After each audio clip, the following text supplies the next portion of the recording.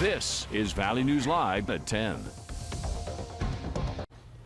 Good evening and thank you for joining us. I'm Alex Larson.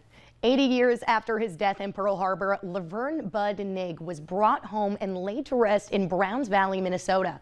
Only recently were his remains identified, bringing closure to the family. Valley News Team's Aaron Walling brings us the story.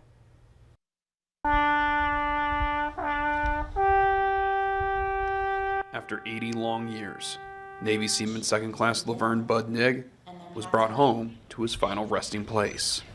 Overwhelming, just overwhelming. I am so, I don't have the words to say that he's finally home.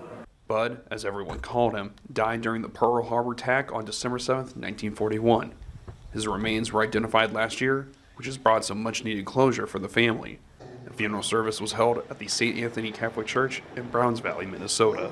So you don't have to wander anymore, and now we know what happened, and he's had a spot out there for probably close to 50 years, you know, to be buried in, and a tombstone, and now he's going to be there. So Bud was on the USS Oklahoma and died with 429 other men.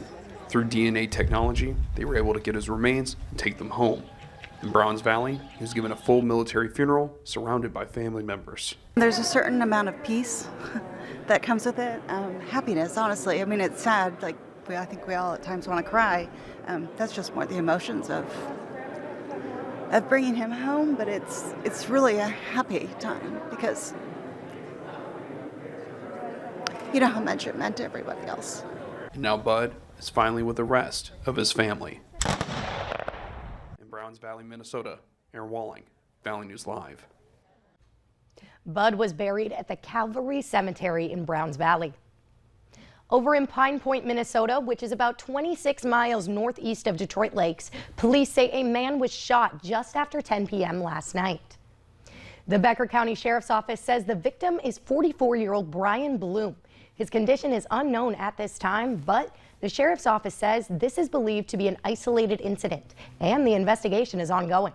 No more details are available at this time, but if you have any information about the incident, please call the Becker County Sheriff's Office at the number on your screen. That's 218-847-2661. Stick with the Valley News Live as we bring you the latest from this developing story. And a 15-year-old boy is hospitalized after a shooting happened on University Avenue in Minneapolis in the heart of Frat Row. According to Minneapolis PD, multiple gunshots were heard when officers arrived to the call about fights breaking out in a large crowd. Police say people were scattering in all directions. The injured teen was found in a backyard and his gunshot wound is non-life threatening. He was taken to a hospital, but his condition is unknown at this time. And for those planning to enjoy this great weather in Lakes Country, the Becker County Sheriff's Office is alerting watercraft operators to be mindful of shorelines. The Sheriff's Office shared these photos showing damage. Because of the high water levels on area Becker County lakes, watercrafts are eroding shorelines because of wakes left behind. They say if you are near shorelines, slow down to reduce wakes and waves that might create environmental damage. Issues with flooding continue to be a problem across the country, especially in International Falls, Minnesota.